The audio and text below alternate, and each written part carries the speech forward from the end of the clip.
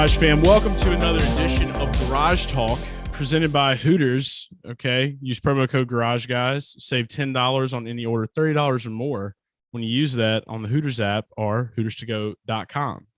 Dale's here. Fine print, Dale. Fine print. Yeah, valid at participating locations for delivery and carry out orders only. According to modern day science, you can put your phone up to that, scan it, takes you there immediately. That's a CAPTCHA QR code. Capicha. Hey, Ryan. Hey, it's Ryan Blaney. Ryan Blaney's joined Garage Talk. Hey guys, I might have to use that code at some point and go get $10 off. That'd be pretty nice. It's kind of low key a shame. It's kind of low key. You shouldn't have to use that code. You should just be able to tell your girlfriend, like, "Hey, I need food now." I know if she's with me, yeah, I know meal's covered. So absolutely, always bring her with me. We got a ton to talk about. We'll definitely dive into that. Ryan, it's been a while. We're happy to finally get you on Garage Talk. For those of you that don't know or live under a rock or had just found this video randomly, Ryan drives the number 12 car for Team Penske, the NASCAR Cup Series. He is we've gotten to know Ryan a little bit more this year. Been hanging out. Shout out to your boy Mamba, homie Dylan. Well, what's he? You talked to him today? Oh yeah. I have not. So yeah, I'm not sure what he's got going on today. Really, he's probably off in another state, another country. I don't know. He's travels more than we know Fortune 500 CEO. But yeah, we know he's getting ready for the snowflake.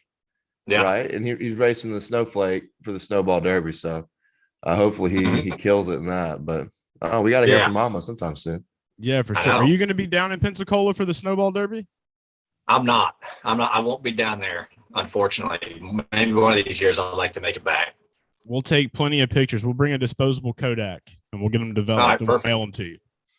Oh, good. I'll hang them up on the fridge. That'd be nice. Yeah, that's what I'm talking about. We'll get the magnets out with the letters, We'll go old school with it.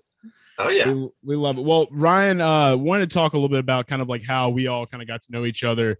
I remember a couple years back, I was at Talladega, and the two main things that I knew about you, like obviously I knew you were a NASCAR driver, knew you drove for Penske, knew you were good at your craft, and I also, what stuck out to me, I'm a little bit more left brain, a little more on the artsy side of things. So I knew you love vintage NASCAR clothing and gear. B, you were a Star Wars fan. I mean, you're as far as a Star Wars fan as you even have tattoos of Star Wars, which is pretty dope. You're one of the few drivers that have some tats. So just to start this off, obviously your nickname is Young Ryan Blaney. This is a pressing question. A lot of folks out there in the world are wondering, probably the biggest question of all right now, when will it be acceptable to call you Old Ryan Blaney? Yeah, I've gotten that question more and more as an older, and I don't really know where the Young Ryan Blaney started. Maybe Mike Joy started calling me that or something. I don't know. And just kind of stuck. And people ask me, they're like, well, when are you going to be, not Young Ryan Blaney anymore? And I got thinking, I'm like, man, I think it can go like every 10 years. Like in my 20s, it's like Young Ryan Blaney. And then when I get 30, it'll be middle-aged Ryan Blaney. And then when I get over 40, I think. And so I got a couple more years left of the Young Ryan Blaney, and then we gotta move on to something else. All right, so we got time. We'll all right, so there you go. That answers that, world. Do you think the Young Ryan Blaney was a Jedi reference, like Young Jedi, Young Ryan? Is that where it came from? I have no idea. I don't even know. I'd have a feeling that might be. Like, I don't even think they called me Young Ryan Blaney when I was like 18, 19. Like, I think it was like 3-4 years ago, and I was like 24 that they were calling me Young Ryan Blaney. I'm like, that's back when they were calling you adolescent Ryan Blaney. That's right. Yeah, okay. Yeah. Okay. That's before that's, my that's 20s, it was adolescent. Yeah, Mike Joy was at some party with a bunch of people, and he was like, "Have you guys seen adolescent Ryan Blaney? Great guy, great kid. Yeah. He's on the way up. Yeah. We love it." But where did the love? I wanted to know where the love for Star Wars started. Like, what got you so into that? Yeah. So my family was not a fan of Star Wars whatsoever. My dad couldn't care less. My mom doesn't care. So I didn't. So I think I was, when episode 1 came out, Phantom Menace, it was like 1999, and I was like 7 in 1999. So, you're at that age of like, you're trying to figure out what you like, and you're kind of, your own personality is kind of coming out of you as a kid. So I remember that movie coming out, and it's just at the right age where I was like, Mom, can we please go watch this movie? I had no idea there was ones that came out in the 70s and 80s. When you're that young, you have no idea. So we went to go see that in theaters, and I just loved it. I loved every minute of it. And then as you get older, you realize, oh my gosh, there's older movies, originals that you go watch, and you really learn to appreciate it. So just kind of a random, timing thing. When I was a kid and I saw a preview for it, I wanted to go watch. Yeah, that was, I think for me too, that was the same thing when I saw Darth Maul with the double-sided, dude, that it killed it for me. And then once I watched the movie, and on my Nintendo 64, I got Pod Racers for my birthday. So is it safe to say that that's what made you want to be a race car driver and not your dad? Could have a good influence on it. Like 50-50, seeing that.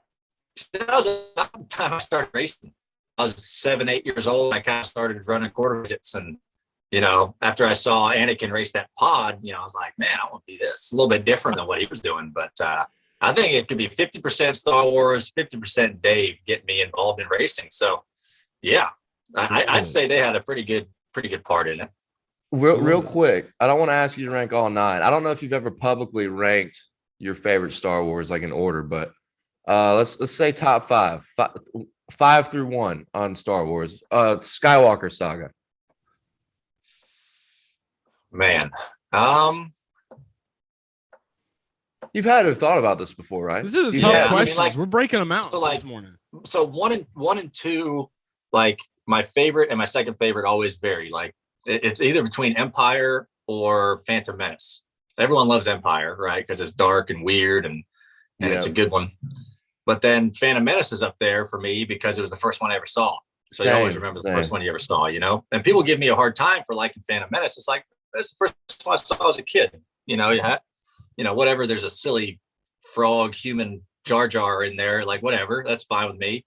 Secret Sith Lord, apparently. And episode 1, after the originals, the lightsaber battles in the originals weren't anything special, And so they come out with episode 1, and you have an epic lightsaber duel between small.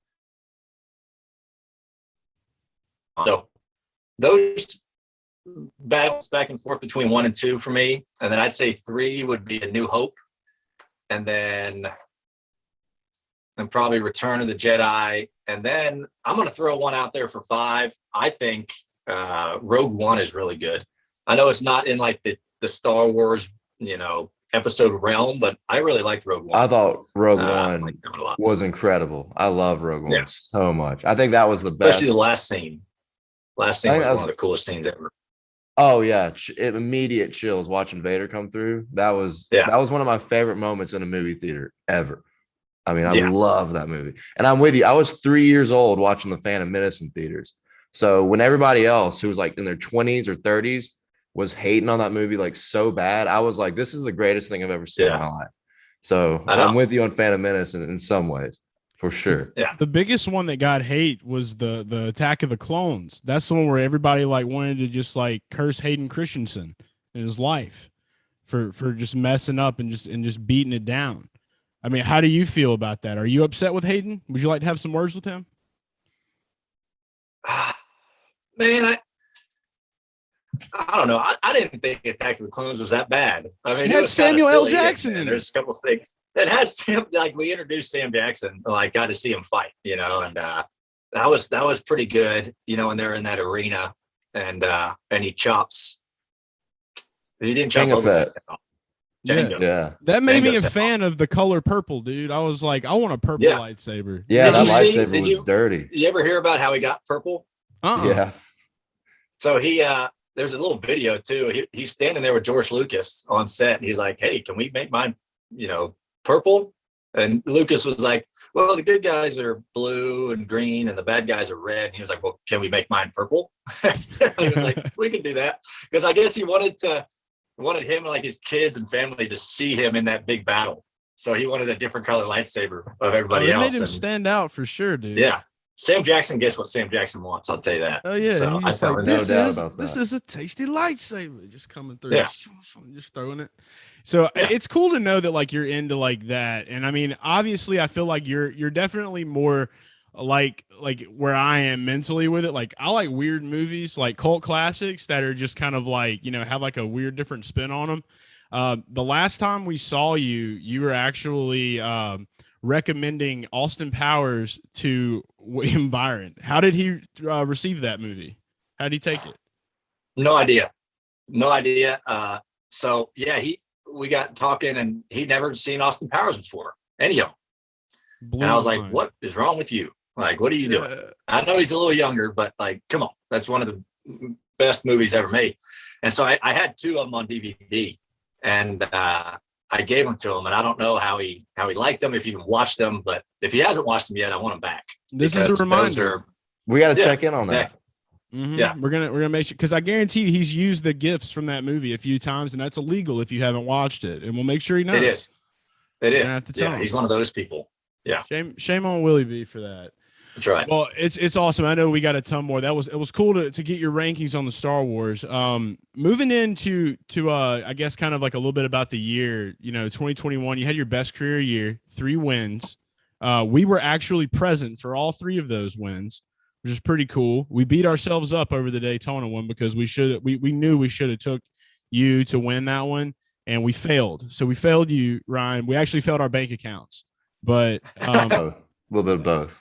We tried, but the thing what was funny is we actually really got to know you a little bit more at I feel like we talked to you a little bit more at the Hooters pageant earlier in the year when we got on with them. Your girlfriend is Gianna, by the way, which is Miss Hooters 2021. That's pretty big. That's awesome stuff. So we definitely have kind of like intertwined in those areas, but we realized we were in Florida 2 weeks ago. His girlfriend wins Miss Hooters America, and then we come back to Florida 2 weeks later. What were we thinking for not using that same energy and mojo going forward for the win? So that Daytona win was huge, though, man. What was your favorite one of the year? Yeah, man, pretty good year. My favorite one, I don't know. That Daytona one's special. You know, winning that Daytona, even though it's not the 500, you know, winning there is really cool. Michigan was up there. You know, just because in Ford's backyard, and it's such a big race for those guys. But gosh, I don't know if I could pick a favorite one out, because, you know, the Atlanta one in March was great too, because that's such a tough race. You know, 500 miles, long time. And that track is so hard that you put in a hard days of work, and it's nice that it pays off. So I don't know, that Atlanta one almost sticks out to me as my favorite, just kind of running down Larson there at the end and driving by him, you know, with a handful of laps to go. Winning Atlanta, that's cool. And winning there, you know, before they repaved it too. I think that's a pretty cool thing. So Atlanta is probably my favorite one of the year, but definitely a fun year. It would have been really cool. I thought we could have made it to Phoenix. Just, you know, ran into some issues, and that's part of racing, but you know, definitely a good year. Hopefully we can be even stronger next year. Yeah, so we see like Chase Elliott jumping in the rallycross thing. Kyle Busch ran the rallycross deal. It's probably going to be like Noah Gragson, a couple guys running the snowball derby. That brings me to the question, do you have any racing going on in your off season until February? Yeah, I don't. You know, that's something that, you know, I see a lot of guys being able to do, you know, Larson and Chase and you know, Kyle Busch and, you know, the guys who run the snowball and things like that. And, you know, it's something I'd love to do, you know, go run sprint cars or dirt stuff, just because it's what my family, you know, has done for a long time, but not, that's something that is not available at the moment, you know, as far as, you know, being able to go do that stuff. So, which is understandable, you know, from a perspective of, you know, looking at an owner not wanting their driver to go off and do other things. But, you know, yeah, so no off season racing for me. I wish, but it's just one of those things. It's good though, because we have, we have more testing this offseason than we've had in a long time. So it's nice to actually get behind the wheel of a car in the winter time, instead of just jumping right back in Daytona. So that part has been a little bit nicer than, let's say, last year when there was nothing and you weren't doing anything in the offseason. But nothing outside of NASCAR right now. Maybe one of these days. More focus on the next gen. I like it. That's right. I love it. We got a lot to focus on. We don't know what the heck that thing. we got some work to do on that. So we're full focus on that. We love that. So obviously we already know the full spectrum of the next gen car. I know they're making improvements on it. One thing I wanted to ask is the sponsors. Like, obviously we haven't seen a lot of designs for you guys coming out yet. You got a couple of sponsors. One that you kind of low key remind me of right now is Paul Menard with the beard. You got the Paul Menard beard thing going on pretty strong. So y'all gonna have I wanted to ask if y'all are gonna have a Menards sponsorship going into next year. Yeah. Menards is with us next year. So that's great. They've been awesome to get to know. You brought up Paul Menard. He's been awesome. It was cool to be his teammate.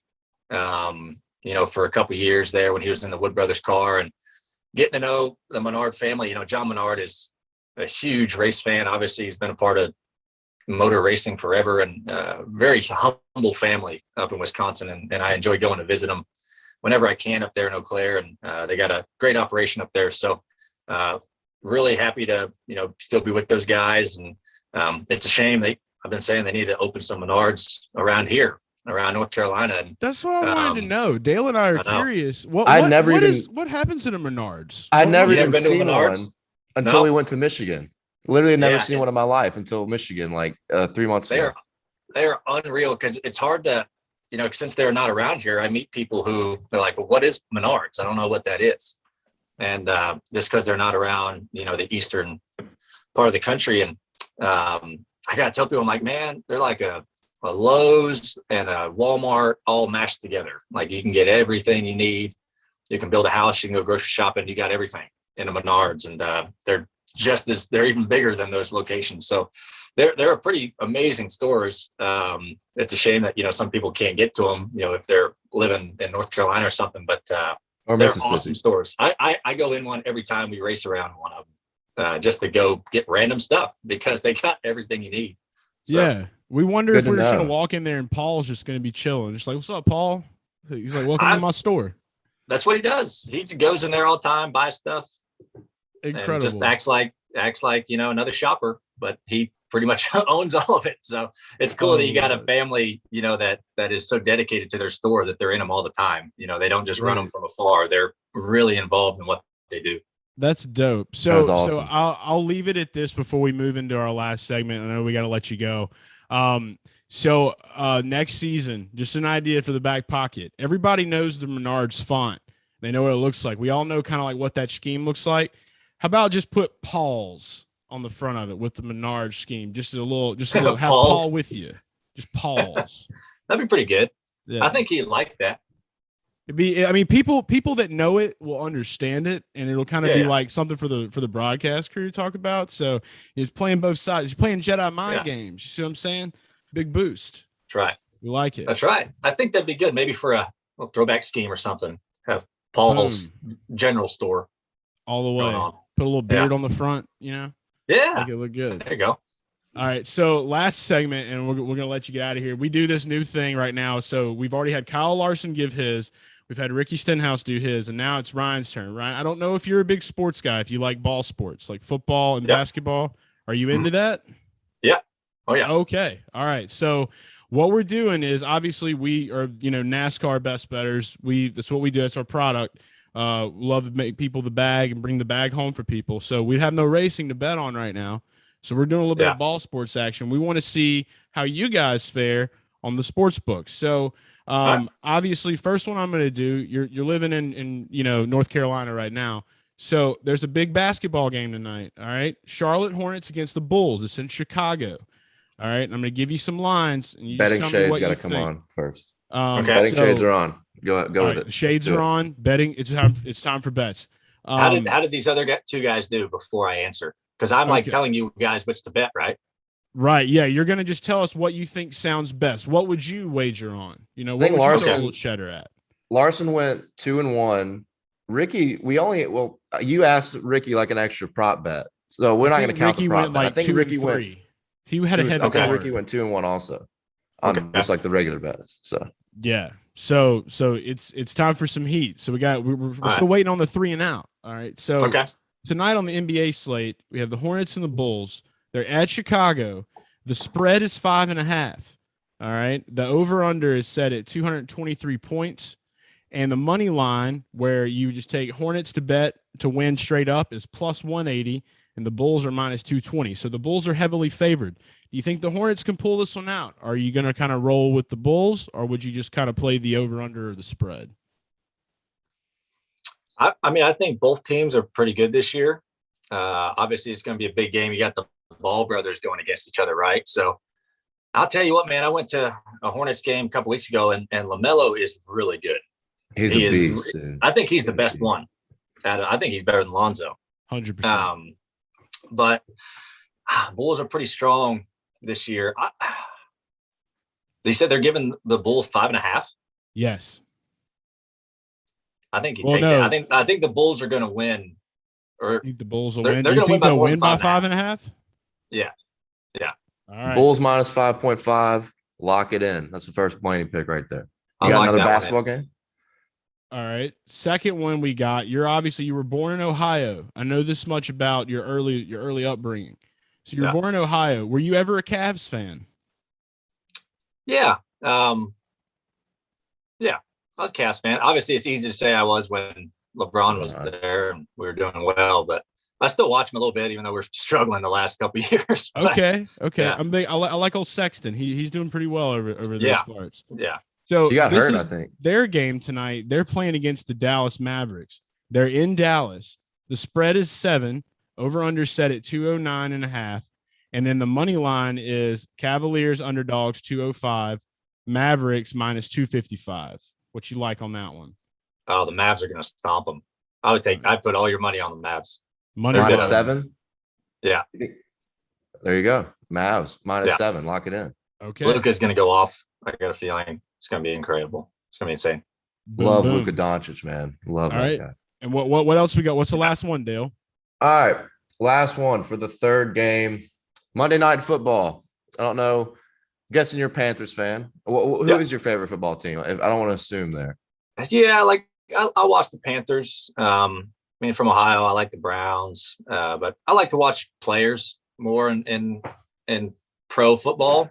I'm a Bucks fan, so that game Saturday really hurt.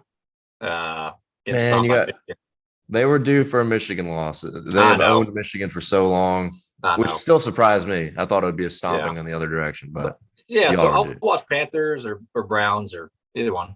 So, well, being a fantasy football guy, I'm the same way with players. But Monday Night Football, and I actually have one player that will decide my fantasy matchups. Terry McLaurin, love that guy, scary Terry. But Seahawks, Washington football team. The spread, Seattle is favored by 1. It's at Washington. The over/under is 47.5. The money line is basically dead even. You can get the Seahawks at minus 115 or Washington at minus 105. What are you thinking for that one? I think I'm a huge Russell Wilson guy. I think he's really good. And the Seahawks been struggling a little bit. They've and I think it's almost like a must win for them to have a shot at like a wild card, right? I was hearing this morning. So strong conference over there. Yeah. They're going to pull out all the stops. I'd take Seattle, especially if they're only, what are they, +1, -1? They're favored by 1 on the road. Favored by 1 on the road. I'd take Seattle. Taking Seattle. Yeah. It's been an uncharacteristic year for those guys. And Russell Wilson. I think they're going to shape up. Yeah. Think so? All right, let's lock it in then. Seattle. There we go. All right, Ryan's card's in. You made it. Thank you for participating in poll picks, Ryan. We appreciate that. And I'm definitely going to have to watch them tonight now. So your bets are locked in. The Imaginary Garage Guys Sportsbook, a lot on the line. We're going 3-0. We're going 3-0, Ryan. We're definitely going 3-0. We're pushing the energy. I like confidence. All the energy is going right there around those picks. I'm going to bet them. So it's here. All right. So we believe. Good. All right. The force is in us, as Yoda would say. All right. So we're Yes. gonna leave it at that. But Ryan, thanks so much for joining us on Garage Talk, man. We appreciate it, and we look forward to seeing you again soon, my man. All right, thanks, guys. Appreciate you having me. Nice show. Hopefully, my bets do good. Nice talking to y'all. You It's too, been man. fun, man. Good luck. Good luck. We'll be watching. See you guys. Thanks. It's the Garage Guys. It's the Garage Guys. It's the Garage Guys. It's the Garage Guys. It's the Garage Guys. It's the Garage Guys. It's the Garage Guys. It's the Garage Guys.